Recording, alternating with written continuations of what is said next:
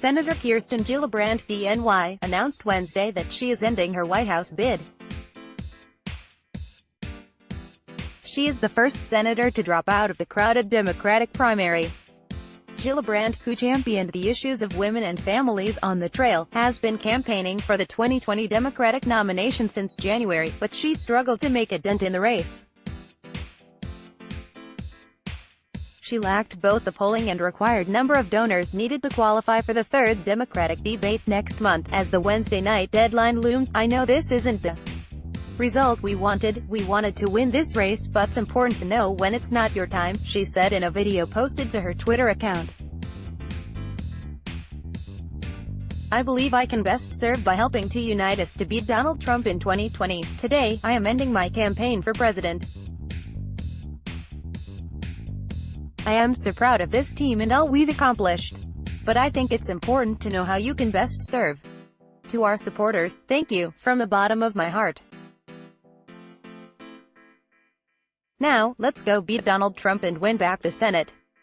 pic.twitter.com/xm5ngfgfgt. Kirsten Gillibrand, @SenGillibrand, August 28, 2019. She ends her campaign with $800,000 cash on hand, her campaign said in an email to reporters, and plans to relaunch her Off the Sidelines PAC by October.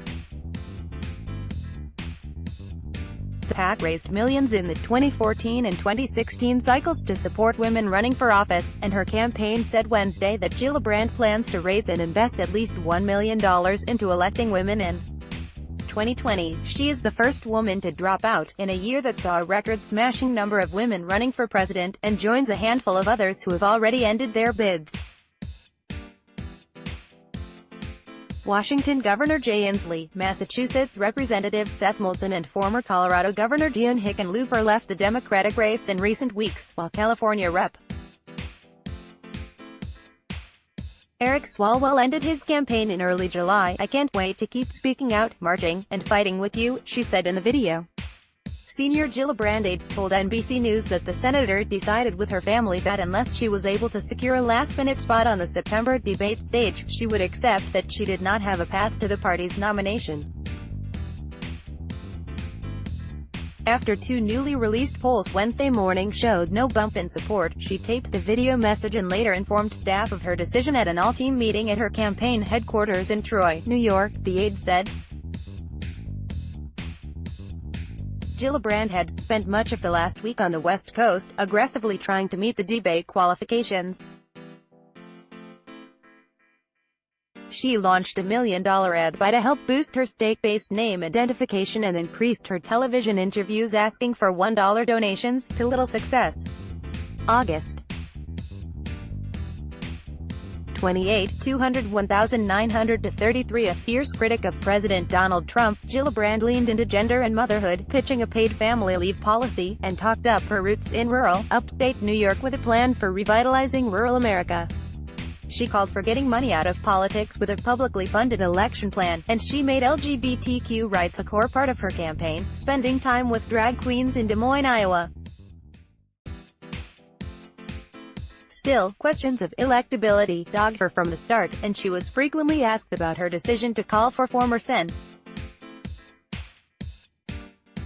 Al Franken of Minnesota to resign after he faced a string of sexual misconduct allegations.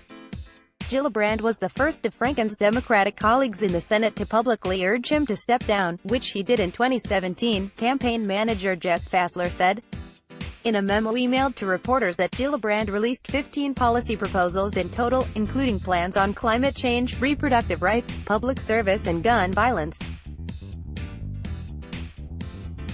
Her rivals for 2020 nomination, including her colleagues in the Senate, met the news of her decision with flattering statements. Sen.